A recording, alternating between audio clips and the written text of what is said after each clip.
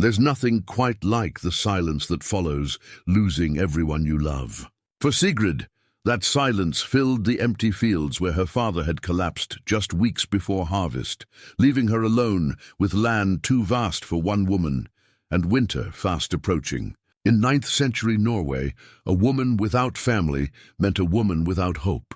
The barley stood ready, golden and heavy, but what good was a harvest when you had no one left to share it with? Then a stranger appeared, Leif, a weathered Viking carrying his own ghosts. Without asking permission or expecting payment, he simply picked up her father's tools and began to work. Day after day they worked side by side in comfortable silence, two broken people mending something neither could name. But what happens when the work is done and only the truth remains between them? Before we jump back in, tell us where you're tuning in from, and if this story touches you, make sure you're subscribed, because tomorrow I've saved something extra special for you.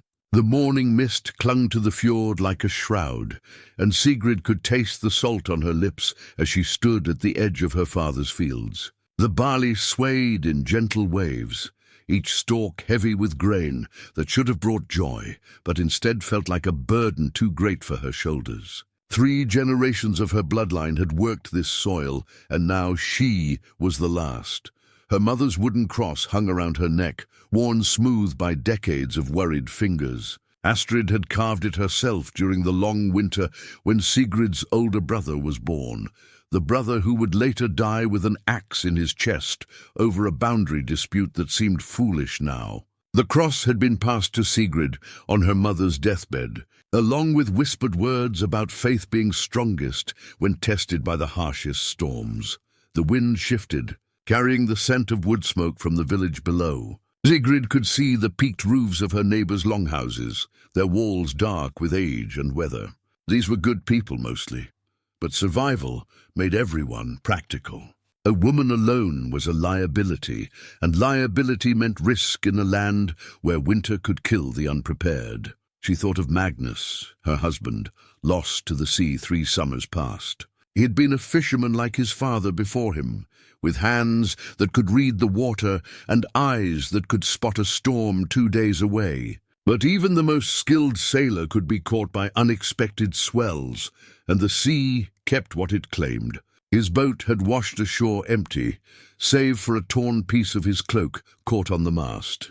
After Magnus died, her brother Eric had helped with the heavier work. Eric, who laughed too loud and loved too freely, who could drink any man under the table and still wake before dawn to tend the animals. The feud that killed him started over something as simple as a strayed goat, but honor demanded satisfaction, and satisfaction meant blood. She had found him in the morning, his life pooled dark in the dirt of the yard where they had played as children.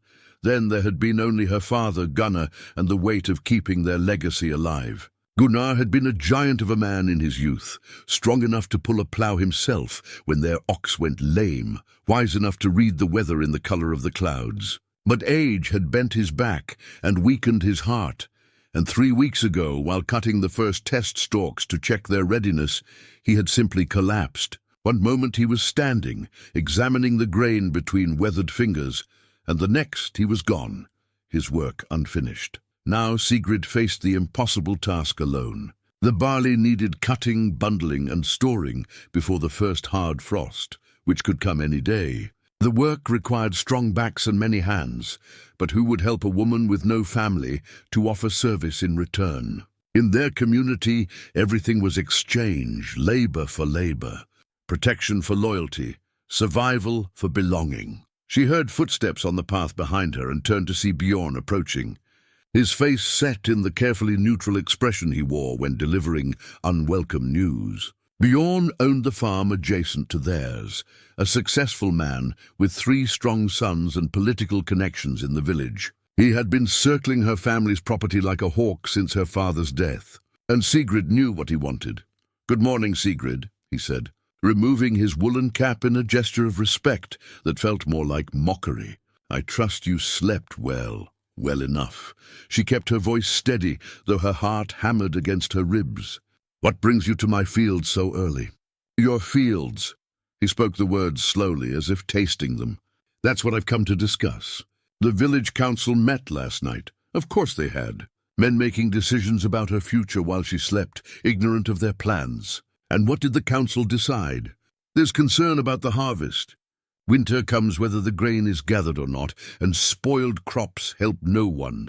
The council feels that perhaps the land might be better served by someone with the means to work it properly. Sigrid's fingers found her mother's cross. This land has been in my family for 3 generations. My grandfather cleared these stones with his own hands. I'm not questioning your family's history, Bjorn said, though his tone suggested otherwise. But history doesn't harvest grain. The debt your father owed for seed and tools. How do you plan to repay it? A woman alone cannot manage a farm this size. I'll manage? How? The question hung in the air like a challenge. The barley must be cut within the fortnight. Do you have the strength to swing a scythe from dawn to dusk? Can you bundle and cart tons of grain to storage? Will you thresh it all yourself when the snow comes? Each question was a small knife, cutting away at her certainty. She knew he was right, knew the physical impossibility of what she faced. But admitting defeat felt like betraying everyone who had died to leave her this inheritance. I'll find a way, she said. Though the words sounded hollow even to her, the council is prepared to be generous. I'll buy the land for a fair price, enough for you to live comfortably in the village through winter. You could even stay on as a worker if you wished. It would be a kindness, really, a kindness. The word tasted bitter.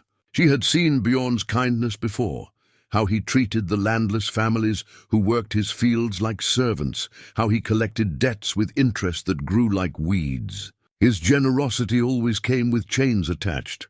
I need time to consider, she said. Of course, but time is something neither of us has much of. The barley won't wait for our deliberations. He replaced his cap and nodded curtly. I'll return tomorrow for your answer. After he left, Sigrid remained in the field as the sun climbed higher, warming the air and releasing the sweet scent of ripening grain. Her father's scythe lay where he had dropped it, the blade still sharp but the handle worn smooth by generations of hands. She picked it up, testing its weight, remembering how easily he had wielded it despite his age. The tool felt foreign in her grip, too heavy and unwieldy. She had helped with harvest before, but always in supporting roles, bundling cut stalks, preparing meals for the workers, mending tiers in grain sacks. The actual cutting had been men's work, requiring the kind of sustained physical effort that left strong backs aching and hands bloodied. She tried a few experimental swings, the blade whistling through the air. The motion felt awkward, and she could already feel the strain in her shoulders. How many thousands of stalks would need to fall? How many tons of grain would need gathering? The task loomed before her like a mountain she was expected to move with a spoon. That's when she saw him. A figure emerged from the morning mist, like something from the old stories her grandmother used to tell. Tall and broad-shouldered, with the kind of weathered face that spoke of hard years and harder choices. His hair was the color of winter wheat, streaked with early silver, and his eyes held the particular stillness that came only from having seen too much. He wore simple traveling clothes, wool and leather, well made but not fine, and carried a pack that suggested a long journey. But it was his hands that caught her attention. They were scarred and calloused, the hands of someone who had known both creation and destruction. "You're Gunnar's daughter," he said, his voice carrying a slight accent she couldn't place. "Not a question, but a statement of fact. I am." "And you are?" "Leif." He studied the field, taking in the heavy grain and the magnitude of the work ahead. "I knew your father years ago. Good man. I'm sorry for your loss." There was something in the way he spoke that suggested the sympathy was more than mere politeness, a recognition of loss that could only come from personal experience. "Thank you," she said, unsure what else to add. Strangers didn't typically appear in her fields offering condolences. "This needs cutting soon," he observed, nodding toward the barley. "Yes." The simple acknowledgement felt like admitting weakness. But there seemed no point in pretense. Leif was quiet for a long moment, his gaze moving from the grain to the scythe in her hands to her face. She had the feeling of being assessed, though not unkindly. It was the look of someone making a decision whose consequences would ripple far beyond the moment. "I have nowhere pressing to be," he said finally, "and I owe your father a debt." Before she could ask what he meant, he shouldered his pack and walked away toward the village. Sigrid stood alone among the grain, clutching the scythe and wondering what manner of man appeared from nowhere to offer cryptic words about debts and departed fathers. She wouldn't have to wonder long. The next morning, before the mist had fully lifted, she found Leif in her field. He had somehow acquired his own scythe and was already cutting, his movements smooth and economical. Row by row, the grain fell before him in neat, uniform swaths. He didn't ask permission. He didn't explain his presence or negotiate terms. He simply worked, as if it was the most natural thing in the world for a stranger to appear and begin harvesting another person's crop. "Wait!" Sigrid called, hurrying toward him. "I don't understand. Why are you doing this?" Leif paused in his cutting, wiping sweat from his brow despite the cool morning air. "Your father once helped me when I had nothing to offer in return. Now you need help and I have hands to give, but I can't pay you. The farm has debts and did I ask for payment?" The simple question stopped her protests. In their world, nothing came without cost, nothing was given freely. Yet here was this stranger working her land as if her problems were his own. "I don't even know you," she said. "You know I can cut grain," he replied, gesturing toward the neat rows he had already completed. "Sometimes that's enough to start with." And so began the strangest partnership of Sigrid's life. Each morning, Leif would appear as the sun touched the mountains, and together they would work until darkness made cutting impossible. They spoke little at first, finding a rhythm in shared labor that needed no words. Gradually, Sigrid learned small things about him. He had been a warrior once, had led men in battles whose names meant nothing to her, but whose memories still haunted his sleep. He had sought revenge for wrongs done to his family, had found it, and discovered that satisfaction tasted like ashes. Now he wandered, looking for ways to build rather than destroy, to create rather than consume. "Why farming?" she asked one evening as they bundled the day's cutting. "It's honest work," he said, securing a bundle with practiced movements.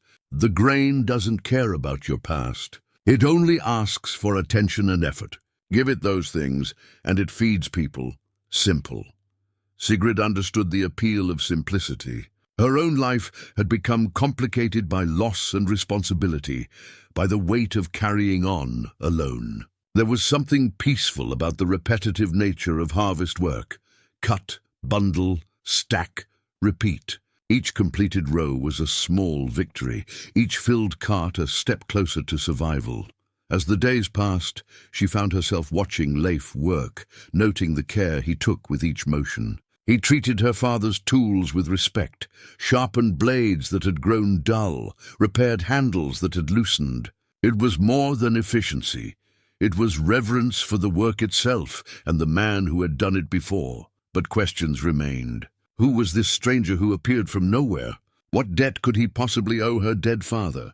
And what would happen when the harvest was finished and he had no more reason to stay? For now, though, those questions could wait. The grain was falling, the bundles were growing, and for the first time since her father's death, Sigrid felt something that might have been hope. The third day of cutting brought an unwelcome visitor. Sigrid was bundling grain when she heard the rumble of cartwheels on the rocky path. She looked up to see Thorstein, the village lawkeeper, approaching with two other council members. Their faces wore the solemn expressions men adopted when delivering judgment. Leif continued working nearby, but she noticed how his movements became more deliberate, more aware. A warrior's instincts, she realized, never fully sleeping even in peaceful fields. "Sigrid Gunnarsdottir," Thorstein called as he climbed down from his cart. "We need to speak with you about important matters." Her stomach clenched. She had hoped for more time before this confrontation, more progress to show as evidence of her capability. But the half-cut field around them told its own story. Too much work remaining, too little time to complete it. "Good morning, Thorstein, Olaf, Eirik."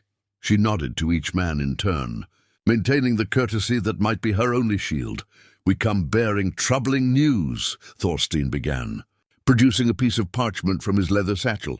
"Your father's debts were more extensive than perhaps you knew. The land deed." Sigrid's heart hammered as she recognized the document that proved her family's ownership of these fields. 3 generations of signatures marked its surface, culminating in her father's careful script. But now other markings had been added, tallies and calculations in different hands. "Gunnar borrowed heavily for seed this spring," Olaf explained, his tone not unkind but implacable. "The wet weather last season damaged much of his stored grain. He needed funds for new livestock after the wolves took his sheep. The total debt is considerable." "How considerable?" Sigrid asked, though she dreaded the answer. 40 silver marks, Eric said quietly. Due at harvest time. The number hit her like a physical blow. 40 silver marks represented more wealth than her family had ever possessed at one time. Even a successful harvest would yield perhaps half that amount after keeping enough grain for their own survival through winter. "That's impossible," she whispered. "My father never spoke of such debt. A proud man doesn't burden his daughter with worries she cannot solve," Thorstein said gently. Gunnar hoped to resolve the matter himself, but death makes plans meaningless. Sigrid's fingers found her mother's cross, seeking comfort in its familiar weight. "Who holds these debts?" The 3 men exchanged glances. "Several families," Olaf admitted. "But Bjorn has purchased most of the obligations. He now holds the right to collect, of course." Bjorn had been maneuvering for this moment, buying up her father's scattered debts like a hunter setting snares. Now he controlled her future with the stroke of a pen. "What are my options?" she asked, though the answer seemed clear enough. "The harvest might yield enough to pay a portion," Thorstein said. "But without the full amount, the creditors can claim the land in settlement. It's the law. How long do I have?" The debt was due at harvest completion. "Bjorn has been generous in allowing extra time, but winter won't wait for our convenience. 2 weeks, perhaps 3 at most, 2 weeks. The field around them still held enough grain for a month of cutting, even with Leif's help. The mathematics of survival had just become impossible. After the council members left, Sigrid sat heavily on a grain bundle, the weight of defeat pressing down on her shoulders. 3 generations of her family's labor, reduced to numbers on parchment she could never hope to match. 40 silver marks, she said aloud. Tasting the impossibility of it, Leif had resumed cutting, but she could see the tension in his movements. He had heard everything, understood the implications. Soon he would move on, seeking some other place where his help might matter. Why waste effort on a lost cause? "I should have known," she continued, speaking to the grain as much as to him. "Father always made everything look easier than it was. He carried burdens in silence, rather than worry us with problems we couldn't solve." The rhythmic whisper of Leif's scythe provided the only response. Cut and step, each motion deliberate and efficient. Even facing impossible odds, he continued working. The futility of it should have been maddening, but something in his persistence sparked defiance in Sigrid's chest. She stood and picked up her own scythe. If they were going to fail, at least they would fail trying. That evening, as they shared a simple meal of bread and preserved fish, Leif finally broke his characteristic silence. "Tell me about the debts," he said. Sigrid recounted what she knew: the wet season that ruined stored grain, the wolf pack that decimated their sheep, the need for seed money when spring came with empty stores. Each setback had seemed manageable at the time, a temporary challenge that hard work could overcome. But compound interest and accumulated obligations had grown like weeds, choking the life from their prosperity. "Bjorn has been patient," she admitted reluctantly. "He could have demanded payment immediately after father's death. Patient or calculating?" Leif asked.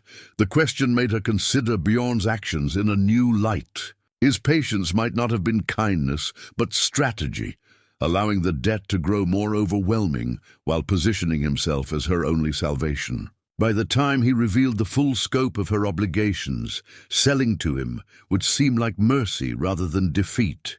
"What will you do?" Leif asked. "What can I do? Even if we cut every stalk in the field, it won't be enough.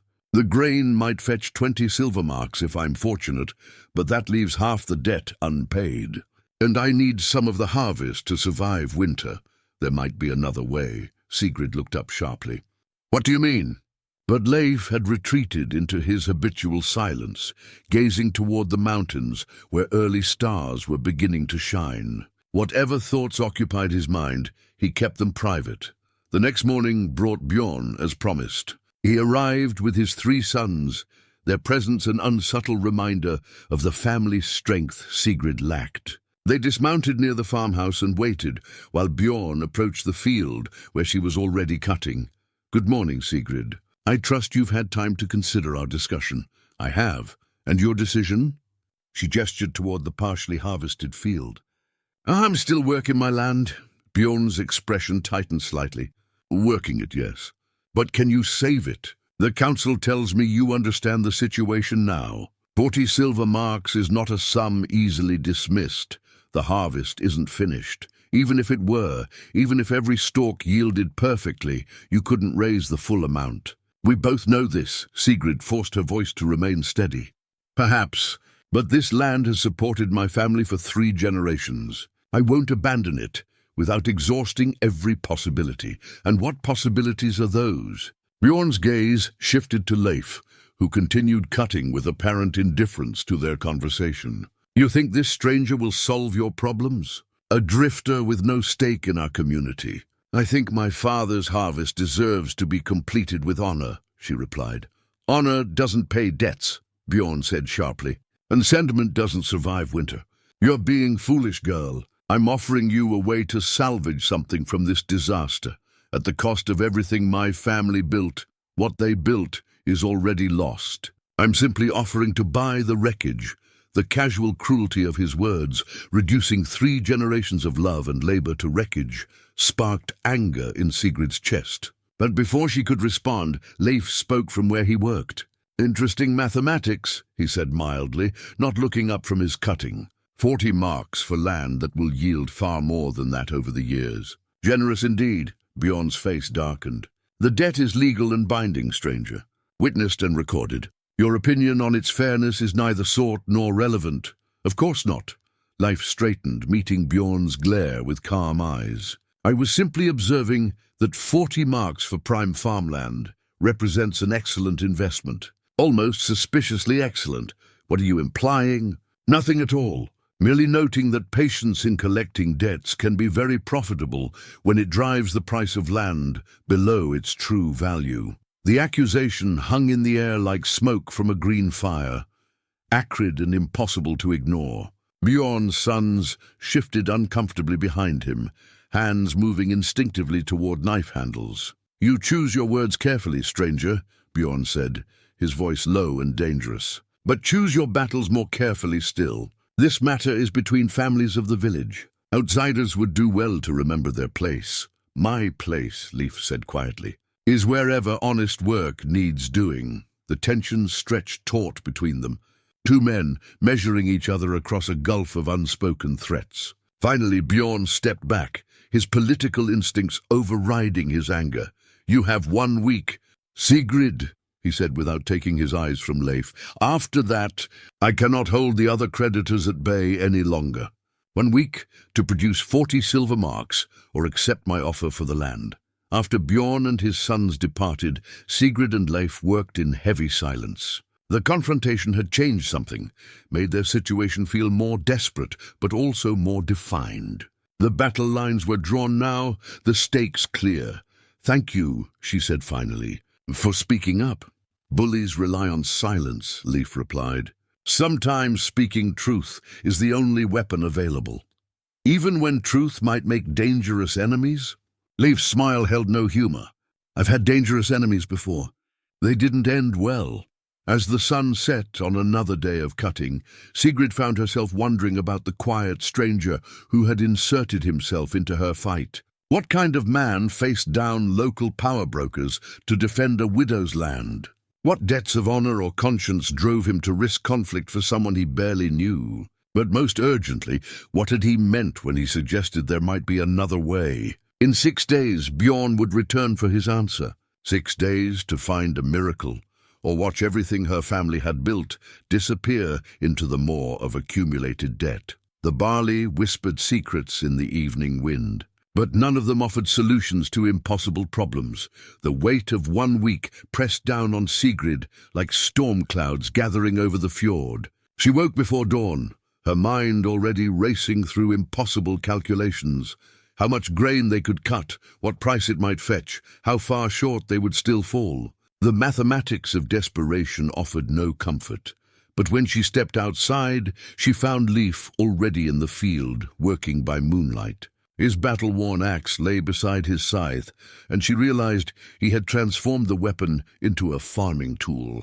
The blade, that had once cleaved shields, now split stubborn grain stalks with surgical precision.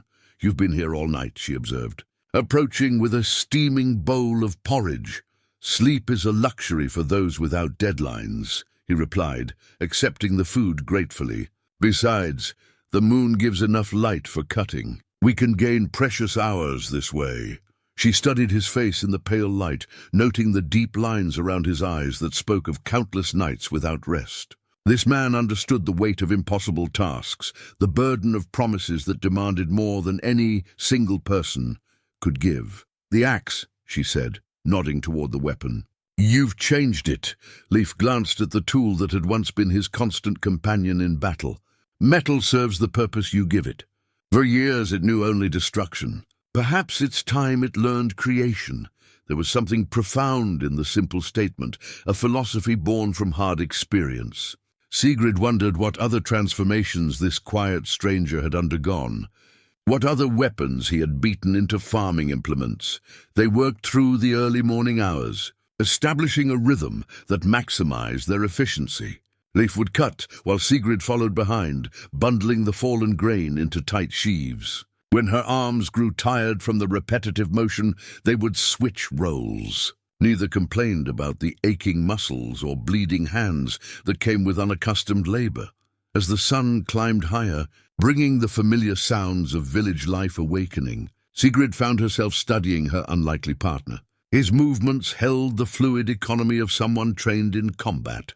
No wasted motion, no unnecessary effort. Yet there was gentleness in how he handled the grain, respect for the crop that would feed families through the harsh months ahead. "You said you knew my father," she ventured during one of their brief rests. "Years ago. I was younger then, angrier. Gunnar helped me when I had nothing to offer in return." "What kind of help?"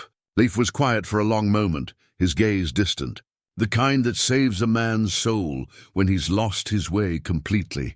The cryptic answer raised more questions than it answered. But Sigrid sensed that pushing for details would only make him retreat further into silence. Instead, she waited, allowing the comfortable quiet of shared work to draw him out. "I came here seeking revenge," he said eventually. "My family had been killed in a raid, our farm burned, our livestock stolen. I tracked the men responsible to this region, planning to make them pay in blood." Sigrid's hands stilled in their bundling. The gentle man working beside her had once been driven by the same violent impulses that destroyed so many lives. "What happened?" "I found them, all of them." His voice carried the weight of old regrets. "But before I could act, before I could stain my hands with their blood, your father found me. I was camped in his woods, planning my assault, when he appeared with food and ale. Father always said the woods belonged to anyone who needed shelter. He could have driven me away, could have warned the men I hunted that death stalked them. Instead, he sat with me through the night and listened to my story. Then he asked me a question that changed everything." "What question?" "He asked what my family would think of the man I was becoming. Whether revenge would honor their memory or simply create more widows and orphans." Leif's hands found his axe, running weathered fingers along the blade he had reshaped. "I realized I had become the very thing that destroyed my peace. A raider, a bringer of death." The revelation painted their current situation in new light. Leif wasn't just helping with her harvest, he was continuing a journey toward redemption that her father had helped begin years ago. "So you didn't take your revenge?" "I did something harder. I forgave them, let them live with their deeds while I searched for a better way to honor the dead." He met her eyes directly. "Your father showed me that strength isn't always about what you can destroy. Sometimes it's about what you choose to build instead. They returned to work with renewed purpose, but the conversation had shifted something between them. Sigrid found herself watching Leif with new understanding. Every careful motion, every gentle handling of her father's tools, every hour of labor given freely, it was all part of a larger transformation from destroyer to creator. By midday, they had completed another significant section of the field. The neat rows of bundled grain provided visible proof of their progress, but Sigrid knew it still wasn't enough. Even working at this pace, even with Leif's extraordinary dedication, they would need a miracle to harvest everything before Bjorn's deadline. "There has to be something we're missing," she said, frustration creeping into her voice. "Some way to increase the value of what we're harvesting." "Perhaps," Leif said thoughtfully. "But first we need to understand exactly what we're fighting." "What do you mean?" "Bjorn didn't accumulate those debts by accident. Men like him operate through careful planning, not chance. If we're going to defeat his strategy, we need to understand it completely." That evening, after another long day of cutting, Leif surprised her by producing a small leather journal from his pack. The pages were filled with careful notes, written in a neat hand. Names, dates, amounts, connections. "You've been investigating," she realized. "Information is as valuable as any weapon," he said. "I've spent time in the village tavern, listening to conversations, asking careful questions. Your father's debts weren't random misfortune." He showed her the entries, tracing connections between different creditors and timing of various loans. A pattern emerged that made her stomach clench with angry recognition. "Bjorn orchestrated this," she breathed. "The wolves that killed our sheep, they were driven toward our land. The grain storage that failed, it was sabotaged. The seed merchant who demanded immediate payment, he was in Bjorn's debt. Everything designed to force your father into borrowing," Leif confirmed. "Each crisis created deliberately, each loan offered at precisely the moment when desperation made the terms seem generous. The calculated cruelty of it stole her breath. Bjorn hadn't simply taken advantage of their misfortune, he had created it, systematically destroying her family's stability to drive down the price of their land. But proving it would be nearly impossible," Leif agreed. "Men like Bjorn are careful to keep their fingerprints off the worst of their schemes. But understanding the true nature of our enemy gives us advantages." "What kind of advantages?" Leif's smile held something that reminded her of his warrior past, cold, calculating, dangerous. The kind that turn a man's own weapons against him. As they prepared for another night of cutting by moonlight, Sigrid felt something shift in her chest. The helpless desperation of the past few days was crystallizing into focused determination. Bjorn thought he was hunting a defenseless widow, but he had made a crucial miscalculation. He had underestimated the stranger with the gentle hands and violent past. The man who had learned to transform weapons into tools and destruction into creation. Most dangerously of all, he had assumed that justice was as easy to manipulate as debt. But some debts, Sigrid was beginning to understand, could never be collected. And some battles were won not through force, but through the patient work of building something stronger than what your enemies could tear down. The fourth day brought visitors that made Sigrid's blood run cold. She was sharpening her scythe when she spotted them coming down the mountain path. 3 men on horseback, their cloaks marking them as tax collectors from the regional jarl. Behind them trudged a cart loaded with official documents and the tools of their trade. Leif noticed them too, his posture shifting subtly into the alertness of a man who had survived by reading danger in distant movements. "More complications," he observed quietly. "Worse than complications," Sigrid replied, her mouth dry with fear. "If they're here about the land dispute, Bjorn has escalated beyond the village council." The lead rider dismounted with the practiced authority of someone accustomed to delivering unwelcome news. He was a thin man, with sharp features and calculating eyes that seemed to appraise everything they saw. His companions remained mounted, hands resting casually near their weapons. "Sigrid Gunnarsdottir," the thin man called. I am Halvard, representing Jarl Magnus in matters of land succession and debt collection. We require your immediate attention." Sigrid set down her scythe and approached, acutely aware of how she must appear, a woman stained with honest sweat, surrounded by half-completed work that spoke of desperation rather than prosperity. "How may I serve the Jarl's interests?" "A complaint has been filed regarding disputed ownership of these lands," Halvard said, producing a scroll sealed with official wax. "Bjorn Eriksson claims that outstanding debts make the current ownership legally questionable." "The debts are acknowledged," Sigrid said carefully, "but payment isn't due until harvest completion. According to this petition, the debts exceed any possible harvest value, making payment impossible regardless of timing. Bjorn requests the Jarl's intervention to prevent further economic waste." Leif stepped closer, his presence solid and reassuring beside her. "Interesting that Bjorn would petition higher authority before allowing the harvest to finish. Almost as if he fears what a completed harvest might reveal." Halvard's gaze sharpened on Leif. "And you are someone who knows the difference between legitimate debt and calculated theft," Leif replied calmly. The words hung in the air like a thrown gauntlet. One of the mounted men shifted, hand moving closer to his sword hilt, but Halvard raised a restraining gesture. "Those are serious accusations, stranger. I trust you can substantiate such claims?" "I can substantiate that certain debts were accumulated under suspicious circumstances," Leif said. "Wolves driven toward livestock, grain stores mysteriously failing, seed merchants suddenly demanding immediate payment. Remarkable how all these misfortunes befell one family in sequence." Halvard's expression revealed nothing, but Sigrid caught the slight tightening around his eyes. "Misfortune requires no conspiracy to explain it. The world is harsh enough without seeking deeper villainy." "Indeed," Leif agreed. "Which makes it curious that one man managed to purchase all these separate debts so conveniently, almost as if he knew in advance they would become available." The verbal sparring continued for several more exchanges, each man probing the other's knowledge and intentions. Sigrid realized she was witnessing something more complex than a simple debt dispute. Leif was revealing information strategically, letting Halvard understand that someone was asking uncomfortable questions about Bjorn's methods.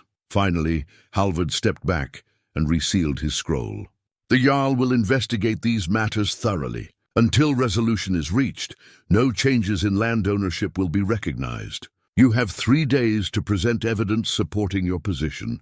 3 days." The timeline had contracted again, the noose drawing tighter. But something in Halvard's tone suggested the investigation might be more genuine than Sigrid had dared hope. After the officials departed, Leif was unusually quiet as they returned to cutting. The encounter had drained some of his characteristic calm, replacing it with the watchful tension of someone anticipating conflict.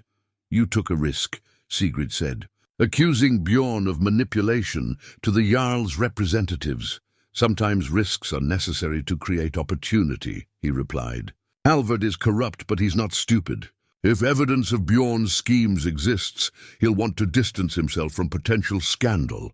And if no evidence exists, then we create leverage through other means." The cryptic answer frustrated her, but before she could press for details, they were interrupted by another arrival. This time it was Astrid, an elderly woman from the village who served as the community's unofficial keeper of memories and mediator of disputes.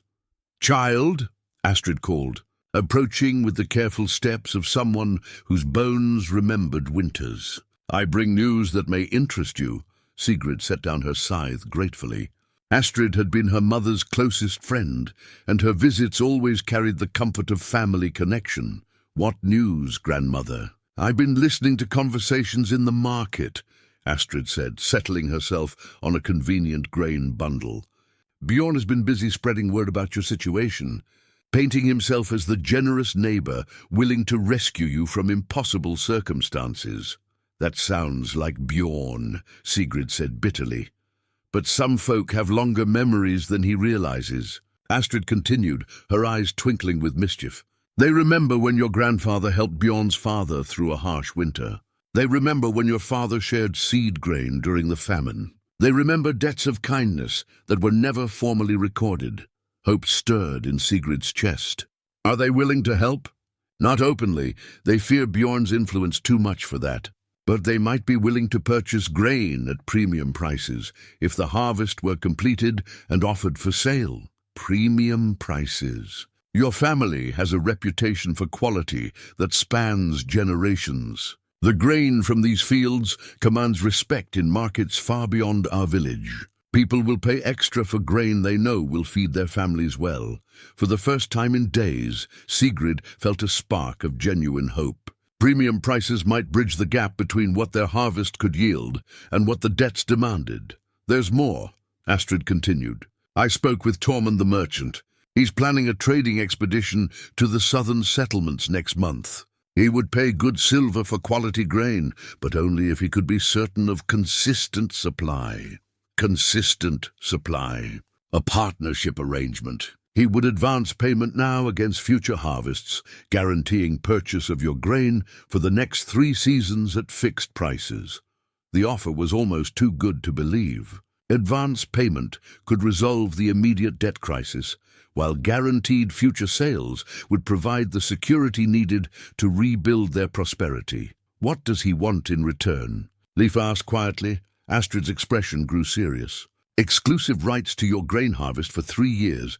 No sales to other merchants, no local market trading. Everything goes through Tormund at the agreed price. That's a significant commitment, Sigrid said slowly. It is, but it's also survival. The choice is yours, child, but the opportunity won't remain open indefinitely. Tormund leaves for the south in 5 days. If you want his silver, the grain needs to be ready for loading. After Astrid departed, Sigrid and Leif worked in thoughtful silence. The merchant's offer represented salvation, but it also meant mortgaging her future to solve her present crisis. 3 years of guaranteed sales sounded secure, but what if grain prices rose significantly during that period? What if other opportunities presented themselves? It's a good offer, Leif said finally. But men who make such generous offers usually have advantages they're not sharing. Why does Tormund need exclusive rights? What does he know about future grain prices that makes him willing to pay premium rates now? The questions were valid, but did they matter? Her choices had narrowed to accepting questionable salvation or facing certain defeat. Sometimes survival required gambling on imperfect information. We have 2 days to complete the harvest, she said. Then I'll need to decide whether to trust Tormund's generosity or face Bjorn's demands with empty hands. Or find a third option, Leif suggested. What third option? But once again, he retreated into enigmatic silence, leaving her to wonder what plans were forming behind his calm exterior. The mystery of Leif deepened daily. His knowledge of debt manipulation, his strategic thinking, his hints about alternatives that remained undefined. As darkness fell, and they prepared for another night of cutting by moonlight, Sigrid found herself caught between hope and suspicion. Help was coming from unexpected directions, but every offer carried hidden costs. Every solution created new dependencies. In the morning, she would need to decide how much of her future she was willing to sacrifice to save her present. But tonight, there was only the whisper of scythes through grain, and the steady rhythm of work that might, if they were very fortunate, be enough to change everything. Brought an unwelcome discovery that made Sigrid's heart sink like a stone cast into deep water. Nearly a third of the grain they had cut and bundled over the past 2 days lay scattered across the field, the carefully tied sheaves torn apart and trampled into the mud. Wolves, she asked hopefully, though she knew better. Leif knelt beside the destroyed bundles, examining the damage with the careful attention of someone trained to read the stories that violence left behind. Wolves don't untie knots, he said grimly. This was done by men. Recently, while we slept, the systematic nature of the destruction was clear now that he pointed it out. Every bundle had been deliberately opened, the grain scattered in patterns too regular for animal interference. Whoever had done this wanted to delay their progress without completely destroying the crop, a warning rather than total sabotage. Bjorn, she said, anger burning away the initial despair, probably his sons, acting on his orders. Gives him the excuse of ignorance if confronted directly. Leif stood, brushing dirt from his hands. He's escalating pressure while maintaining plausible denial. Sigrid surveyed the damage, calculating how many hours of work had been undone. They could rebundle the scattered grain, but it would cost them precious time they couldn't afford to lose. With only 3 days remaining to complete the harvest and prepare evidence for the Jarl's investigation, every hour mattered. "We can't guard the field at night and work during the day," she said. "There aren't enough of us." "No," Leif agreed. "But we can make the next sabotage attempt more costly." "What do you mean?" Instead of answering directly, he walked to the edge of the field, where several large boulders marked the boundary with the neighboring forest. Sigrid watched as he examined the stones with the same attention he had given the scattered grain, running his hands over their surfaces and testing their stability. "Help me move these," he said finally. "Move them where?" "To create better storage areas. Places where bundled grain will be protected from weather and from interference."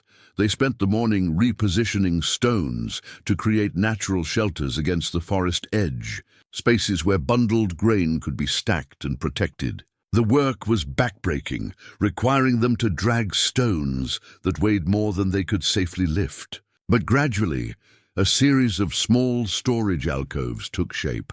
It wasn't until they were nearly finished that Sigrid understood the true purpose of the arrangement. The alcoves faced the field, but they also commanded clear sight lines toward the main approach paths. Anyone trying to reach the stored grain would have to cross open ground that could be easily watched and easily defended. "You're building fortifications," she realized.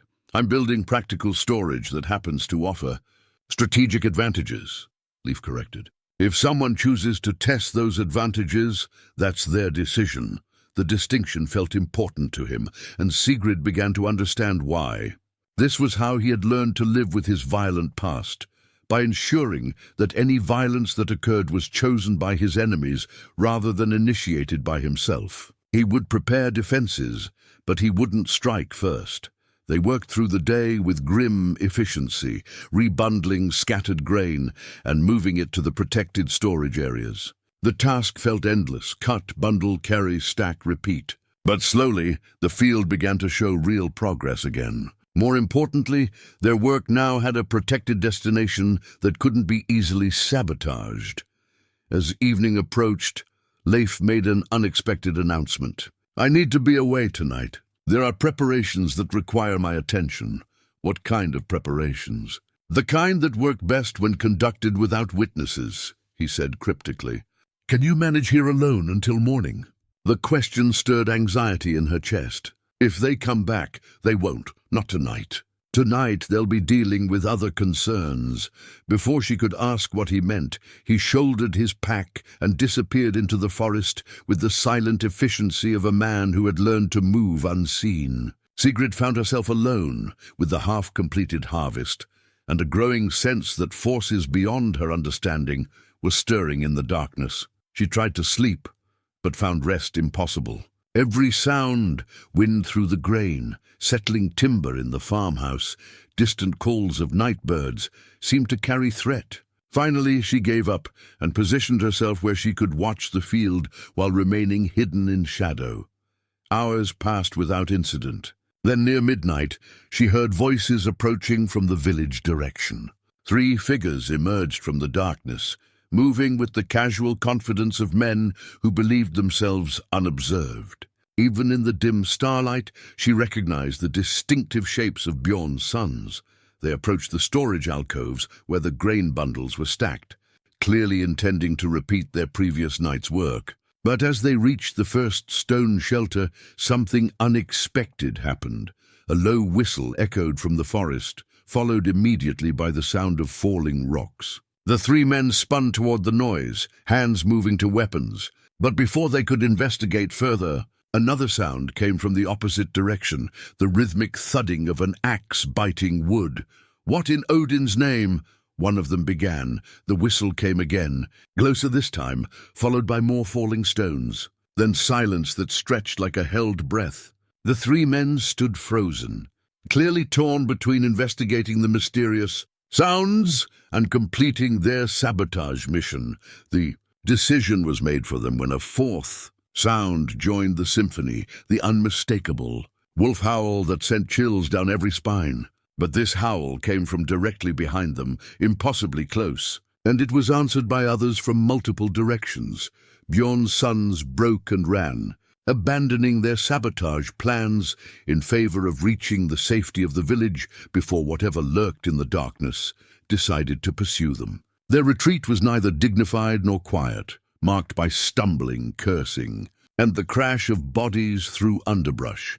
Sigrid remained hidden until long after their footsteps faded, then waited longer still for Leif to emerge from whatever shadows had concealed him. When he finally appeared, he was carrying his pack and showing no signs of the mysterious activities that had driven off the would-be saboteurs. "Productive evening?" she asked. "Educational," he replied mildly. "I learned that some people are easily discouraged by unexpected complications, and the wolf howls. Wolves communicate in many ways. Sometimes they warn of danger. Sometimes they announce the presence of hunters who move in darkness." His expression remained neutral, but something in his tone suggested layers of meaning she couldn't quite grasp. "You weren't hunting wolves," she said with sudden certainty. "No, I was hunting information. And I found some interesting things in Bjorn's barn." "What kind of things?" "Seed sacks marked with your father's initials. Tools that match descriptions of items supposedly lost to theft last spring. Correspondence with grain merchants in distant settlements." Leif's voice carried the satisfaction of a hunter who had found his quarry's trail. Evidence that Bjorn's prosperity might not be as legitimate as it appears. The revelation sent excitement shooting through her chest. "Evidence we can present to Halvard. Evidence that raises uncomfortable questions about how Bjorn accumulated the resources to purchase so many debts. Questions that men in official positions tend to find very motivating when their own reputations might be at risk." For the first time since this crisis began, Sigrid felt they might have a weapon that could match Bjorn's political connections. Information was power, and information that threatened powerful men was the most dangerous weapon of all. "What do we do with it?" "We use it carefully," Leif said. "Accusations without proof are just words, but proof combined with the right pressure at the right moment can change everything." As they settled in to guard the field through the remaining hours until dawn, Sigrid found herself marveling at the transformation that had occurred. What began as a desperate attempt to complete an impossible harvest had become something larger, a careful campaign to expose corruption and reclaim justice. But she also understood that they had crossed a line tonight. By threatening Bjorn's sons and gathering evidence of his crimes, they had escalated beyond simple debt disputes into something that could only end in total victory or complete defeat. There would be no middle ground, no compromise solutions. Tomorrow would bring the final phase of their struggle, and everything would depend on how skillfully they could wield the weapons they had gathered in darkness. The morning brought visitors that made Sigrid's pulse quicken with nervous anticipation. Tormund the merchant arrived with 2 laden carts and a small escort of armed men, their presence transforming her modest farmyard into something resembling a trading post. Behind them came Astrid, her weathered face bright with curiosity about the proceedings she had helped arrange. "Sigrid Gunnarsdottir," Tormund called in the booming voice of someone accustomed to conducting business across market squares. "I come to examine grain that Astrid tells me might be worthy of premium consideration." He was a large man with the prosperous belly of someone who ate well and the calculating eyes of someone who rarely paid more than necessary. His clothes were fine wool dyed in rich colors, marking him as successful in his trade. But his hands bore the calluses of someone who had worked his way up from humble beginnings. "You're welcome to examine whatever you wish," Sigrid replied, gesturing toward their storage alcoves. "Though I should warn you that the harvest isn't yet complete." "So I see," Tormund said, surveying the field where perhaps a third of the grain still stood uncut. "Ambitious timeline you're working with. Given what Astrid tells me about your circumstances. Leif emerged from where he had been sharpening tools, his presence adding an element that made Tormund's escorts shift slightly. There was something about the quiet stranger that seasoned fighters recognized, a stillness that spoke of competence held in careful check. The grain is excellent quality, Leif said simply. Your evaluation will confirm that. Tormund nodded and began his inspection, moving from bundle to bundle with the practiced efficiency of someone who had evaluated thousands of harvests. He tested grain between his teeth, examining color and consistency, checking for signs of disease or premature aging that would affect storage value. While he worked, Sigrid found herself studying his escort with growing unease. 3 men, well-armed and alert, but their attention seemed focused more on watching the approaches to the farm than on protecting their employer. One kept glancing toward the village path as if expecting unwelcome visitors, expecting trouble. Leif asked quietly, apparently noticing the same thing. Word travels quickly in small communities, Tormund replied without looking up from his examination. When valuable transactions are discussed, interested parties tend to take notice. The cryptic answer confirmed Sigrid's suspicions that their negotiation was being watched by more than friendly eyes. Bjorn would have learned about Tormund's visit, would understand the threat it represented to his carefully laid plans. The quality exceeds expectations, Tormund announced after completing his survey. This grain will command premium prices in southern settlements where inferior harvests have created scarcity. And your offer? Sigrid asked, though her mouth felt dry with the magnitude of what they were discussing. 45 silver marks for exclusive rights to 3 seasons of harvest, Tormund said. Payment of 30 marks immediately, the remainder upon delivery of this year's complete crop. The numbers made her heart race.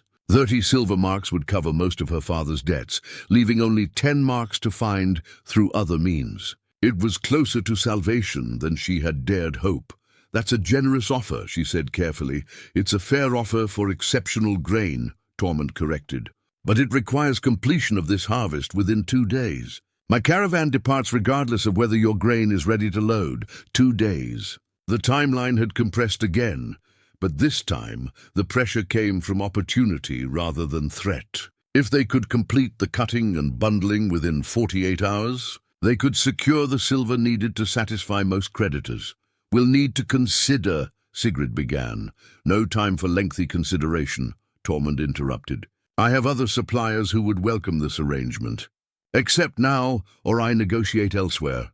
The ultimatum was delivered with the blunt efficiency of someone who understood that desperation weakened bargaining positions. Sigrid felt the familiar weight of impossible choices pressing down on her shoulders. There are other factors to consider, Leif said quietly. Recent discoveries that might affect the legitimacy of certain debts. Tormund's expression sharpened with interest. What kind of discoveries? Before Leif could respond, the sound of approaching horses interrupted their discussion. A party of riders emerged from the forest path. Bjorn with his 3 sons and 2 additional men Sigrid didn't recognize. Their arrival felt like storm clouds gathering, dark with unspoken threat. Tormund! Bjorn called with forced joviality. How pleasant to find you here. Conducting business, I see.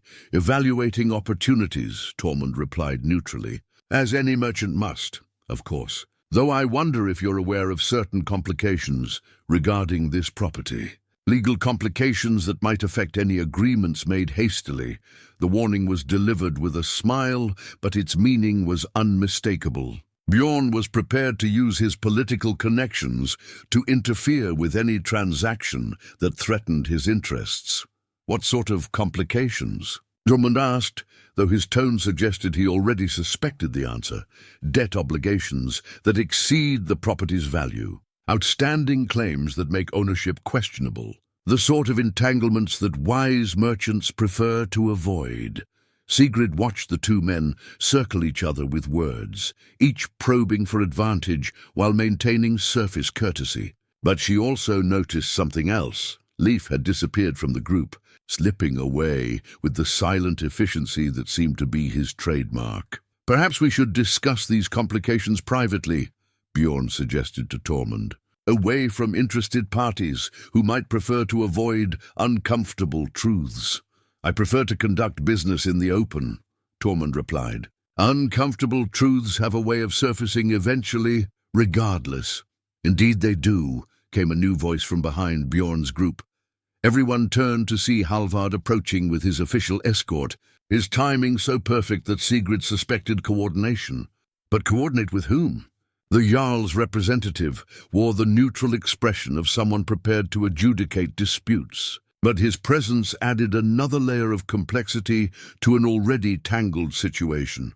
"Halvard," Bjorn said, his forced smile slipping slightly. "What brings you back so soon?" "New information has come to light regarding the debt dispute," Halvard replied. "Information that requires immediate investigation." From somewhere behind the group, Leif reappeared, carrying a leather satchel that hadn't been in his possession earlier. The timing of his return, combined with Halvard's arrival, suggested a level of coordination that made Sigrid's pulse quicken with nervous hope. "What sort of information?" Bjorn asked, though his voice had lost its confident edge. Halvard gestured toward the farmhouse. "Perhaps we should discuss this privately. There are questions about the legitimacy of certain property transfers and the circumstances under which various debts were accumulated." The words hit Bjorn like physical blows. His face went pale, then flushed red as the implications sank in. Someone had been investigating more than just grain debts, and the results apparently weren't favorable to his interests. "This is highly irregular," Bjorn protested. "These matters were settled through proper legal channels, which is precisely why they require examination," Halvard replied smoothly, "to ensure that proper legal channels were indeed followed." As the group moved toward the farmhouse for private discussion, Sigrid caught Leif's eye. He nodded slightly toward the satchel he carried, and she understood that whatever evidence he had, gathered the previous night, was about to be presented to official authority. The next hour would determine whether their desperate gamble had succeeded or whether Bjorn's political connections would prove stronger than whatever truths Leif had uncovered. But for the first time since this crisis began, Sigrid felt they were fighting from a position of strength rather than desperation. The harvest still needed completion, Tormund still waited for an answer, and 30 silver marks still represented the difference between survival and defeat. But now they had weapons beyond grain and hope. They had truth, properly presented to the right people at the right moment. The battle for her family's legacy was entering its final phase. The revelation came like lightning splitting a clear sky, unexpected and illuminating everything in harsh, sudden clarity. As Halvard spread the contents of Leif's satchel across her father's wooden table, Sigrid felt the world shift beneath her feet in ways that had nothing to do with grain debts or land disputes. "These documents," Halvard said, his voice carrying the weight of official authority, "raise questions that extend far beyond local debt collection." Among the papers were letters written in Bjorn's distinctive hand, but addressed to men whose names made even Tormund's weathered face go pale with recognition. Slave traders from the southern settlements, raiders who sold captured families to distant markets, men whose business thrived on human misery. But it was the final document that made Sigrid's blood turn to ice water in her veins. A detailed inventory, written in her father's careful script, listing names, ages, and estimated values. Not of livestock or grain, but of people. Families from their own community who had mysteriously disappeared over the past 2 years. "This can't be real," she whispered, though her father's unmistakable handwriting stared back at her from the parchment. "The handwriting matches known samples," Halvard confirmed grimly. "And the names correspond to families reported missing during raids attributed to foreign bands." Bjorn's face had gone ashen, but his expression showed shock rather than guilt. "Gunnar was no slaver. This is some elaborate deception." "Then explain how these documents came to be in your possession," Halvard demanded. "Hidden among your private papers, alongside correspondence with known slave merchants." "I've never seen them before," Bjorn protested, but his voice lacked conviction. The evidence was too specific, too detailed. To dismiss as fabrication, Sigrid stared at the inventory, trying to reconcile the gentle father she remembered with the careful notations that reduced neighbors to market commodities. The Eriksson family, mother, father, 2 children, disappeared after their farm was reportedly attacked by foreign raiders. The widow Thora, taken during what appeared to be a random kidnapping. Young Henrik, who vanished while fishing and whose body was never found, all listed in her father's handwriting, with prices calculated in silver marks. "There has to be an explanation," she said desperately. "Father would never, wouldn't he?" Leif's voice cut through her protests with unexpected gentleness. "Think about it, Sigrid. How did your family maintain prosperity when other farms struggled? Where did the silver come from to purchase new livestock after losses? How did your father always seem to know when raids were coming, always manage to keep your family safe?" The questions hit her like physical blows, each one highlighting inconsistencies she had never questioned before. Their farm had indeed prospered while others struggled. Her father had possessed information about threats that seemed to come from nowhere. Their family had remained mysteriously untouched by the violence that claimed so many others. "You're saying my father was a slaver," she said, the words tasting like poison. "I'm saying the evidence suggests more than simple debt manipulation," Leif replied carefully. "And that understanding the full scope of the conspiracy changes everything about your current situation." Halvard was studying additional documents, his expression growing darker with each page. "These letters indicate that the slave trade operation was more extensive than individual family disappearances. There's reference to systematic raids, coordinated between local informants and foreign bands." "Informants?" Tormund repeated, his merchant's mind grasping the implications immediately. "Someone providing information about which families were vulnerable, when they would be alone, what route they traveled. Someone who knew the community intimately," Halvard agreed. "Someone trusted enough to move freely among potential victims without arousing suspicion." The weight of realization settled on Sigrid like a stone pressing down on her chest. Her father's kind reputation, his willingness to help struggling neighbors, his knowledge of everyone's circumstances, it all took on sinister new meaning when viewed through the lens of systematic betrayal. "But why?" she asked, though part of her already understood. "We had enough. The farm provided adequately." "Adequately wasn't enough," Bjorn said quietly, speaking for the first time since the accusations began. "Gunnar wanted more. Wanted to ensure his family never faced the kind of desperation that drove others to sell themselves or their children." "You knew," Sigrid realized, studying Bjorn's face. "You've known all along what my father was doing," I suspected. "The timing was too convenient, the prosperity too consistent. But suspecting and proving are different things, and Gunnar was careful to keep his activities separate from legitimate business. Then why the debt manipulation? Why try to claim our land if you knew it was built on blood money?" Bjorn's laugh held no humor. "Because the slave trade dried up when the southern kingdoms began cracking down on raiders. Your father's income disappeared, but his lifestyle didn't. The debts were real, Sigrid.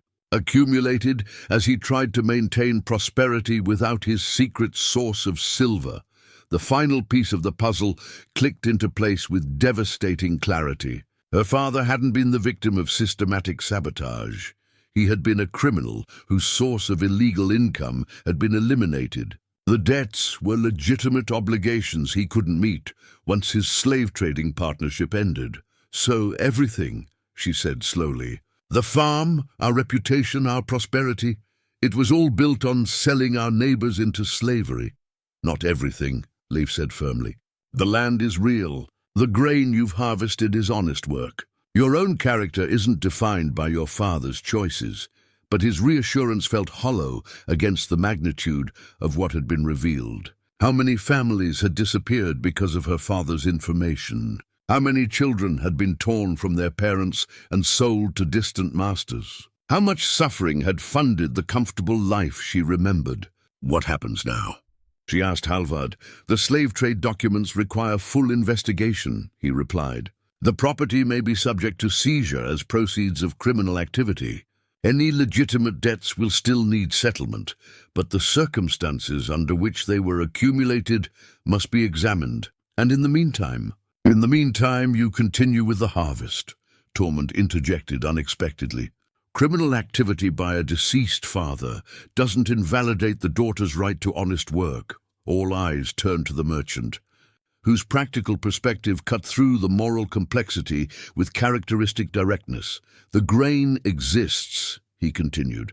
"It was grown through legitimate labor on land that, regardless of how it was originally acquired, is currently yours by legal inheritance. The debt situation may be complicated by these revelations, but the harvest itself remains valuable. You're still willing to purchase?" Sigrid asked, hardly daring to hope. "I'm willing to purchase grain from someone who works honestly, regardless of their father's crimes," Tormund said. "But the terms must reflect the legal uncertainty. 25 silver marks, paid upon delivery of the complete harvest. No advance payment, no exclusive agreements, 25 marks. Less than his original offer, but still enough to address the legitimate portions of her debt load. More importantly, it represented income earned through her own labor rather than inherited through blood money. I need time to consider," she said. "You have until the harvest is complete," Tormund replied. "After that, I depart with or without your grain." As the various officials prepared to leave with their evidence and accusations, Sigrid found herself alone with Leif for the first time since the revelations began.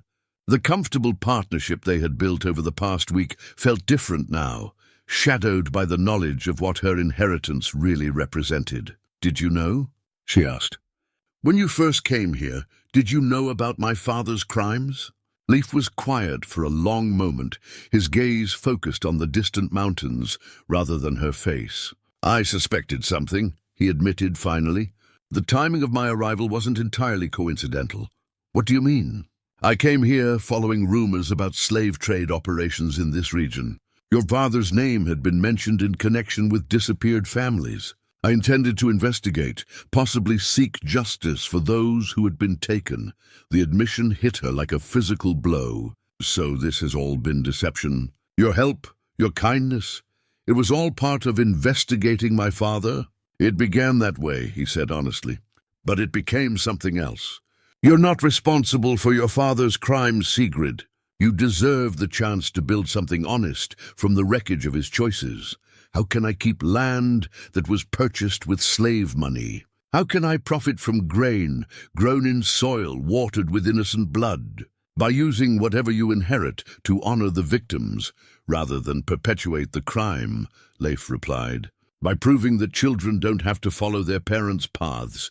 The weight of decision pressed down on her as evening approached. She could complete the harvest, sell to Tormund, and use the proceeds to start fresh somewhere else. Or she could walk away from everything, abandoning the land and letting others deal with the consequences of her father's choices. But as she looked out over the grain that still needed cutting, she realized there was a third option. She could stay and work to transform her inheritance from a monument to greed into something that honored both the victims and the possibility of redemption. The choice, like everything else in her life, would have to be made by morning. The night brought no sleep, only the endless cycle of questions that had no good answers. Sigrid sat beside her cold hearth, staring at the embers that had died while she wrestled with the weight of her father's crimes. How many nights had he sat in this same chair, planning which neighbors to betray? How many mornings had he awakened and chosen to destroy innocent lives for silver coins? But dawn would come regardless of her torment, and with it, the need for decisions that couldn't be delayed by guilt or confusion. The grain still needed cutting. Tormund still waited for her answer, and somewhere beyond the immediate crisis, the families of her father's victims deserved whatever justice she could provide. Leif found her there as the first grey light touched the mountains, his presence as steady and reassuring as it had been from the beginning. But everything felt different now that she understood his true purpose in coming here. "You couldn't sleep either," he observed, settling into the chair across from her. "How could I? Every memory of my childhood is poisoned now. Every kindness my father showed me, every lesson he taught, every moment of pride I felt in our family's reputation. It's all built on suffering I never knew existed." "The kindness he showed you was real," Leif said gently. "Evil men can still love their children. Criminals can still teach valuable lessons, even if they fail to follow them themselves. How do you know? How can you be certain that any part of him was genuine when the foundation was so corrupt?" Leif was quiet for a moment, gazing toward the field where they had worked side by side for the past week. "Because I've seen what genuine corruption looks like. I've known men who were evil in every fiber of their being, who poisoned everything they touched. Your father wasn't that kind of man. Then what kind was he? The kind who made terrible choices for understandable reasons, then found himself trapped by the consequences. The kind who probably hated what he had become, but couldn't see a way out that didn't destroy his family's security." The explanation offered small comfort, but it did provide a framework for understanding rather than simply condemning. Her father had been weak rather than evil, greedy rather than malicious. The distinction mattered less to his victims, but it meant everything for how she could live with his legacy. "What am I supposed to do now?" she asked. "How do I honor the dead while keeping the living from suffering for crimes they didn't commit?" "By finishing what you've started," Leif replied. "Complete the harvest. Accept Tormund's offer. Use the silver to settle legitimate debts and start building something honest from what remains. And the families who were taken, what justice do they receive? Whatever justice you can provide with the resources available to you. But you can't resurrect the dead or return the enslaved by destroying yourself with guilt." Through the window, she could see the field where 2 days of intense labor had made significant progress. Perhaps a third of the grain remained uncut, representing work that could be completed if they maintained their current pace. But completing it meant accepting the tainted inheritance, profiting from land purchased with blood money. "There's something else," Leif continued. "Something I discovered last night that might affect your decision."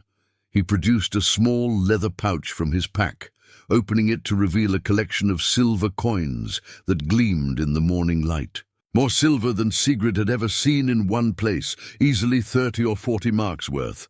"Where did you find this?" "Hidden in your father's grain storage building, buried beneath the floorboards where he thought no one would think to look."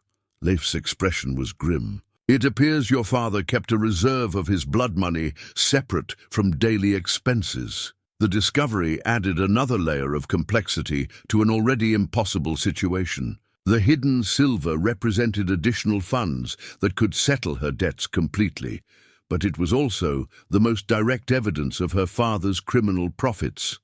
"I can't keep it," she said immediately. "It belongs to the victims' families."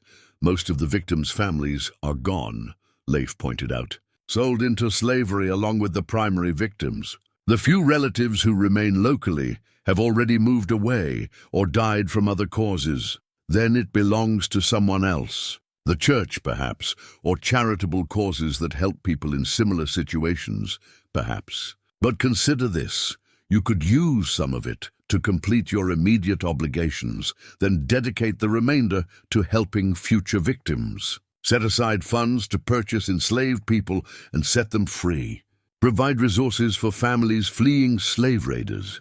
The suggestion offered a path toward redemption that went beyond simple rejection of tainted wealth. Instead of profiting from her father's crimes, she could transform his hidden treasure into a force for opposing the very evil he had supported. It would mean staying here, she realized, accepting the inheritance and working to change what it represents. It would mean choosing active redemption over passive guilt, Leif agreed. But the choice is yours.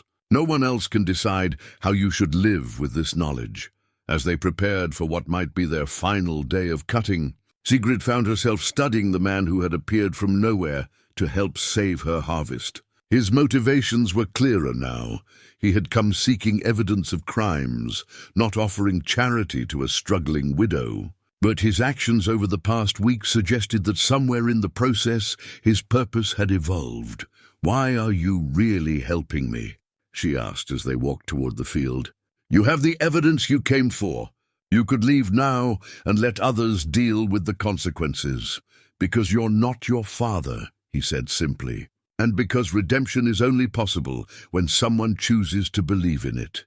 They worked through the morning with intense focus, cutting grain with the efficiency born from a week of shared labor. The rhythm of scythe and bundle had become second nature, allowing their minds to process the larger questions while their bodies performed familiar tasks. By midday, Tormund arrived with his carts and escort, ready to begin loading if Sigrid had decided to accept his revised offer.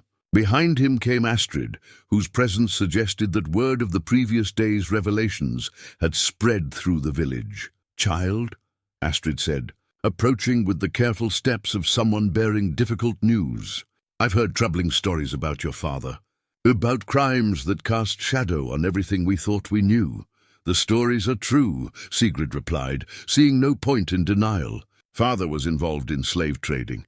Our family's prosperity was built on selling neighbors into bondage." Astrid absorbed this confirmation with the stoicism of someone who had lived through too many betrayals to be easily shocked. "What will you do now?" "I'm going to complete the harvest, sell the grain to Tormund, and use the proceeds to settle legitimate debts. Then I'm going to dedicate whatever remains to helping victims of slave traders. And the land, I'm going to keep it. Work it honestly. Try to transform it from a monument to greed into something that honors the people my father betrayed." Astrid nodded slowly, her weathered face showing approval. "Good. Running away would serve no one. Staying and doing better serves everyone." Tormund had been listening to this exchange with the calculating attention of a merchant evaluating changing circumstances. "The decision to stay affects the terms of our agreement," he said. "A seller with long-term commitments represents different opportunity than someone liquidating assets." "What kind of different opportunity?" "The kind that justifies restored confidence in ongoing business relationships. I'm prepared to offer the original terms, 45 silver marks for 3 years of exclusive grain rights, with 30 marks paid immediately." The restoration of his initial offer came as a surprise, and Sigrid found herself wondering what had motivated his change of heart. Perhaps it was respect for her choice to stay and rebuild rather than flee. Perhaps it was simple recognition that honest work deserved honest compensation, regardless of family history. The advance payment would allow you to settle all outstanding debts immediately. Tormund continued. "Eliminate the uncertainty that creates vulnerability to future manipulation. 30. Silver marks plus her father's. Hidden treasure would indeed resolve all financial pressures while providing resources for the redemptive work she envisioned. But accepting meant committing to 3 years of grain sales at fixed prices, potentially limiting her future options. I need the afternoon to consider," she said. "Of course. But my departure schedule remains unchanged. Decision by sunset, or I negotiate elsewhere." As afternoon shadows lengthened across the field, Sigrid found herself approaching the final hours of cutting with a mixture of exhaustion and exhilaration. They would complete the harvest, that much was certain now. The grain that had seemed impossible to gather just days ago was nearly bundled and ready for sale. But completion of the harvest represented only the beginning of larger challenges. How to transform a legacy of crime into something honorable. How to honor victims while building a future. How to live with knowledge that colored every memory of her childhood. "Are you ready for what comes next?" Leif asked as they cut the final rows of grain. "I don't think anyone can be ready for rebuilding their entire understanding of right and wrong," she replied. "But I'm committed to trying. That's all redemption ever asks. The commitment to try." As the sun touched the western mountains, painting the completed harvest in golden light, Sigrid made her decision. She would accept Tormund's offer, dedicate her father's hidden silver to helping future victims, and begin the long work of transforming blood-soaked land into something worthy of the innocent lives that had been sacrificed for its prosperity. The harvest was finished, but her real work was just beginning. The final confrontation came with the setting sun, as Sigrid stood among the completed bundles of grain that represented more than just a successful harvest. They were proof that honest work could emerge from tainted soil, that redemption was possible even when built upon the foundation of inherited sin. Bjorn arrived as she had expected, but not alone. He brought the full weight of his political connections, 3 council members, 2 of the Jarl's representatives, and enough armed men to make his intentions unmistakably clear. This was no longer about debt collection or land disputes. This was about power, reputation, and the right to determine truth. Sigrid Gunnarsdottir, Bjorn called formally, his voice carrying across the farmyard with official authority. You stand accused of conspiracy to conceal criminal activity and unlawful possession of property purchased through slave trading profits. The accusations hung in the evening air like smoke from a funeral pyre. Around her, the evidence of a week's desperate labor, bundled grain, repaired tools, the honest sweat of transformation, seemed fragile against the weight of legal formality and political pressure. I stand guilty of being my father's daughter, she replied, her voice steady despite the hammering of her heart, but innocent of continuing his crimes. Innocence is for courts to determine, said Councilman Olaf, stepping forward with a scroll bearing official seals. These documents authorize seizure of this property and all assets pending complete investigation of criminal activities. Tormund's carts waited nearby, loaded with silver that could resolve every debt and provide the foundation for honest rebuilding. But between Sigrid and that salvation stood the armed force of men who had decided that justice meant confiscation rather than redemption. The harvest is complete, she said, gesturing toward the bundled grain. Honest work performed on land I inherited legally. You have no right to seize the fruits of legitimate labor. We have every right to seize the proceeds of criminal enterprise, Bjorn replied. Property purchased with slave money remains tainted regardless of what crops it subsequently produces. And who decides the extent of that taint? Leif asked, stepping forward from where he had been standing in shadow. Who determines whether the daughter inherits the father's guilt? His question challenged the fundamental assumption underlying their accusations, that criminal parents automatically created criminal children, that inherited property could never be cleansed of its original sin. The law decides, Halvard answered, though his tone suggested less certainty than his words implied. Criminal proceeds belong to the crown, not to private inheritors. Even when those inheritors had no knowledge of the crimes, even when they choose to use inherited resources for redemption rather than personal gain. Leif's questions struck at the heart of the legal complexity that surrounded Sigrid's situation. How could she be held responsible for crimes she hadn't committed? How could honest labor be considered criminal simply because it occurred on tainted ground? Ignorance of criminality doesn't negate its consequences, Bjorn said, but his voice lacked the confident authority it had carried earlier. Stolen property remains stolen regardless of who possesses it. Then let's discuss what was actually stolen, Leif replied, producing the leather satchel that had started this entire confrontation. And by whom? He spread documents across a nearby cart. But these weren't the slave trading records that had revealed her father's crimes. These were different papers, financial records, correspondence, land transfers that painted a picture of systematic corruption extending far beyond one family's criminal activities. Bjorn Eriksson, Leif said formally, stands accused of conspiracy to manipulate land values through illegal debt accumulation, bribery of village officials, and profiting from information about planned slave raids. The accusations reversed the entire dynamic of the confrontation. Suddenly, Bjorn found himself defending against charges that threatened not just his current position, but his freedom, and possibly his life. These documents are fabricated, Bjorn protested. But his face had gone pale with recognition of papers he thought had been safely hidden. "Are they?" Ulford asked, examining the evidence with the careful attention of someone whose own reputation might be at stake. The handwriting appears authentic. The dates correspond to known events. The financial details match recorded transactions.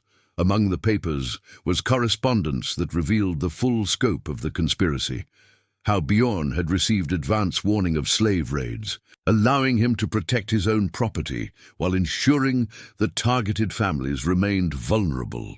How he had used that information to manipulate land values, purchasing property from desperate families at far below market rates. How he had worked with corrupt officials to legitimize transactions that were essentially theft, disguised as commerce. The true criminal, Leif continued, wasn't Gunnar alone. He was part of a network that included local officials, corrupt merchants, and opportunistic neighbors who profited from human suffering while maintaining facades of legitimate business. The revelation transformed understanding of the entire situation. Sigrid's father hadn't been an isolated criminal, but part of a systematic operation that had corrupted the foundations of their community's prosperity.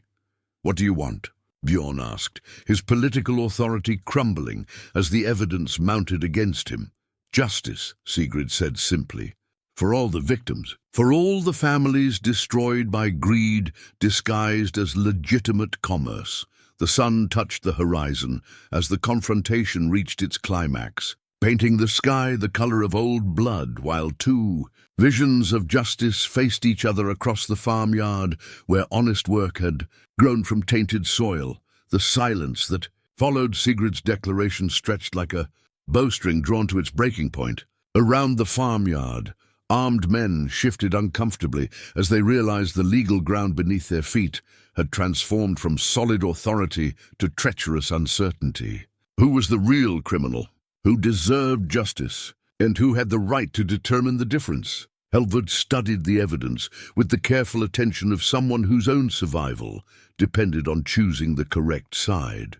The documents Leif had produced painted a picture of corruption that implicated not just Bjorn, but potentially several of the officials who stood witness to this confrontation. "These allegations require investigation," he said finally, his tone carefully neutral. "But investigation takes time, and immediate decisions must be made about property seizure." "No seizure is necessary," Tormund interjected, stepping forward with the practical authority of someone whose silver made arguments concrete. "I'm prepared to purchase this harvest at fair market value from its legal owner. Any investigation can proceed without disrupting legitimate commerce." "The legitimacy is precisely what we're investigating," Councilman Olaf protested, though his voice lacked conviction. He had recognized his own name among the correspondence that implicated local officials in the corruption network. "Then investigate," Sigrid said, her voice carrying new strength born from week of honest labor and moral clarity. "But don't punish the daughter for the father's crimes, while ignoring the crimes of those who enabled him."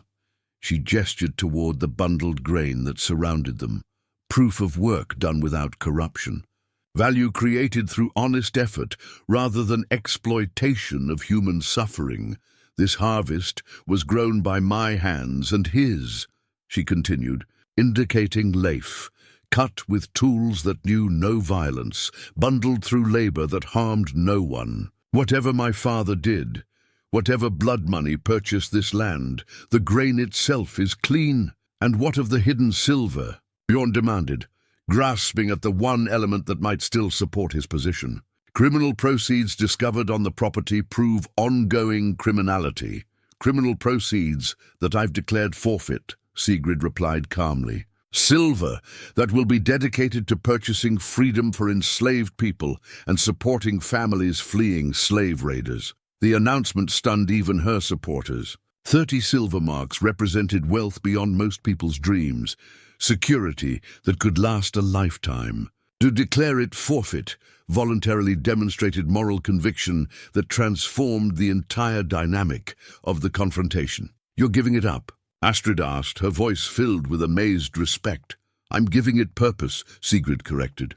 "My father used it to buy comfort while others suffered. I choose to use it to undo some of the suffering he caused." Leif smiled, the expression transforming his weathered face with pride and something deeper, recognition of the woman she had chosen to become, rather than the victim circumstances had tried to make her. "Noble sentiment," Bjorn said desperately. "But legal precedent requires—" "Legal precedent," Halvard interrupted, "requires that accusations be supported by evidence and that justice be applied equally regardless of social position." He held up several of the documents that implicated Bjorn in systematic corruption. These records suggest that certain officials may have been compromised by promises of profit from slave trading operations. Such officials would lack the moral authority to determine justice for others. The threat was delicately delivered, but unmistakably clear. Halvard was offering Bjorn a choice: withdraw his accusations against Sigrid or face investigation himself. The political calculations that had driven this confrontation were shifting rapidly as new evidence changed the balance of power. "Perhaps," Councilman Olaf suggested nervously, "we should postpone any property seizures until all evidence can be properly evaluated." "Perhaps," Bjorn agreed through gritted teeth. "That would be appropriate." The confrontation deflated like a punctured bladder, political authority melting away as each participant recognized the danger of pushing too hard when their own positions might be compromised. But the resolution felt incomplete, more like a strategic retreat than genuine justice. "The harvest sale proceeds as planned," Tormund announced, moving toward his carts with the determination of someone eager to complete business before circumstances shifted again. "Payment in full upon loading." As grain bundles were lifted into carts and silver changed hands, Sigrid found herself standing beside Leif in the gathering darkness. Around them, the officials and armed men were dispersing with the relieved haste of people escaping a situation that had grown more dangerous than anyone anticipated. "It's not finished," she said quietly, watching Bjorn's retreating figure. "He'll find other ways to strike back." "Probably," Leif agreed. "But tonight he retreats defeated, and tomorrow you have silver to build honest prosperity. Sometimes that's enough to start with." The carts rolled away, loaded with grain that represented more than successful harvest. It was proof that honest work could emerge from tainted soil, that individual choice could overcome inherited circumstances. But as stars emerged in the darkening sky, Sigrid understood that the real test lay ahead. Money could solve immediate problems, but transforming a legacy of crime into something worthy of honor would require years of patient work, an unwavering commitment to principles that had been tested in fire and proven strong enough to endure. 3 months later, as the first snows of winter dusted the mountains with promise of the harsh season ahead, Sigrid stood in the same field where her desperate struggle had begun. But everything had changed. The land, her circumstances, and most importantly herself. The grain stores were full with enough barley to feed her household through winter and provide seed for spring planting. Tormund's silver had settled all legitimate debts with enough remaining to purchase livestock and repair equipment worn by years of deferred maintenance. More significantly, her father's hidden treasure had already begun its work of redemption. 2 families freed from southern slave markets. 3 children returned to relatives who had thought them lost forever. Leif worked nearby, splitting firewood with the same methodical efficiency he had brought to the harvest.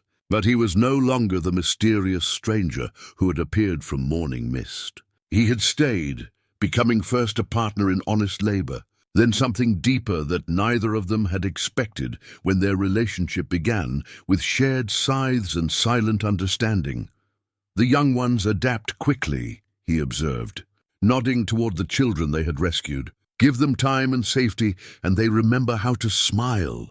Sigrid followed his gaze to where 10-year-old Kari helped her younger brother stack kindling. Both children bore the shadows of trauma in their eyes. But each day brought small signs of healing, tentative laughter, curious questions. the gradual return of childhood spontaneity that slavery had tried to steal. They still have nightmares, she said. Carrie wakes screaming sometimes, calling for parents who will never answer. Nightmares fade, Leif replied gently. Given enough good days to balance the bad ones. The practical work of redemption had proven more complex than moral intention alone could solve. Finding enslaved people required delicate negotiations with merchants who operated in legal gray areas. Purchasing freedom demanded silver and patience in equal measure. Most challenging of all, providing homes for rescued individuals meant accepting responsibility for healing. That would take years rather than seasons, but each successful rescue validated the choice to transform inherited guilt into active justice. Each family reunited proved that individual actions could matter even against systems built on human suffering.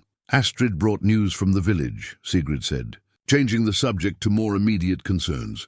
Bjorn's eldest son has been asking questions about our winter preparations.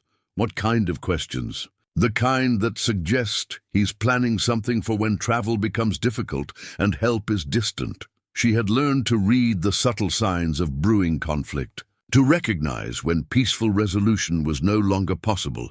Then we'll be ready, Leif said simply.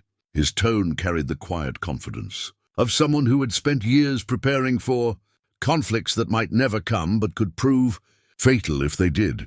The stone alcoves he had built for grain storage had been expanded and reinforced, creating defensive positions that appeared to be simple farm improvements. The livestock pens now included hidden passages that would allow animals to be moved to safety if raiders came calling. Even the firewood was stacked in patterns that would provide cover and concealment if violence found them, despite their hopes for peace. "Do you ever regret staying?" Sigrid asked. "You could have taken the evidence and left. Let others deal with the consequences while you moved on to simpler problems." Leif paused in his wood splitting, considering the question with the seriousness it deserved. "I spent years moving from place to place, looking for fights worth fighting and wrongs worth righting, always searching for the next cause, the next injustice to address. And now I've found something worth building rather than just fighting for." He gestured toward the farmhouse, where smoke rose from the chimney and voices could be heard discussing evening meal preparations. "Sometimes the best way to fight evil is to create something good enough to survive it." The truth of his observation was evident in everything around them. The rescued children learning to trust again, the grain stores that would feed families through winter, the silver being converted from criminal proceeds into tools of liberation. None of it dramatic or heroic in the way that songs celebrated, but all of it meaningful in ways that lasted beyond individual victories. As evening approached and they walked toward the warmth of the farmhouse, Sigrid reflected on the journey that had brought them to this moment. Her father's death had seemed like the end of everything, family, security, hope itself. But it had actually been the beginning of something larger, the chance to choose what kind of legacy she would create from the wreckage of inherited sin. "The merchant will return in spring," she said, thinking ahead to the next harvest and the continuing cycle of work that defined agricultural life. Tormund mentioned interest in expanded grain purchases if we can increase production. "We'll be ready," Leif assured her. "The south field can be brought into cultivation if we clear the stones and improve drainage. Additional acreage means additional income for redemption work." The practical discussion of farming expansion might have seemed mundane after the dramatic confrontations of autumn, but it represented something precious, the luxury of planning for the future rather than simply surviving the present. They had earned the right to think beyond immediate crises, to build rather than merely endure. Inside the farmhouse, warmth and lamplight created a sanctuary against the approaching winter. The children they had rescued helped prepare the evening meal while sharing stories of their day, small triumphs and minor, discoveries that marked the gradual return of normalcy to lives that had known too much trauma. Sigrid took her place at the head of the table that had once seated only her father's memories and her own loneliness. Now it welcomed a chosen family built from shared purpose rather than blood relation. Around her sat proof that redemption was not just possible but practical, not just noble sentiment, but achievable through patient work and unwavering commitment. As they shared the evening meal grown from grain they had harvested with their own hands, Sigrid understood that her real inheritance had never been land or silver, or even her father's crimes. It had been the choice, always the choice, to transform whatever circumstances life provided into something worthy of honor. Outside, winter wind whispered through the grain stubble where their journey together had begun. But inside, surrounded by warmth and chosen family and the satisfaction of honest work bearing fruit, the future stretched ahead bright with possibility. It was, finally, finished. And yet, in all the ways that mattered, it was just beginning.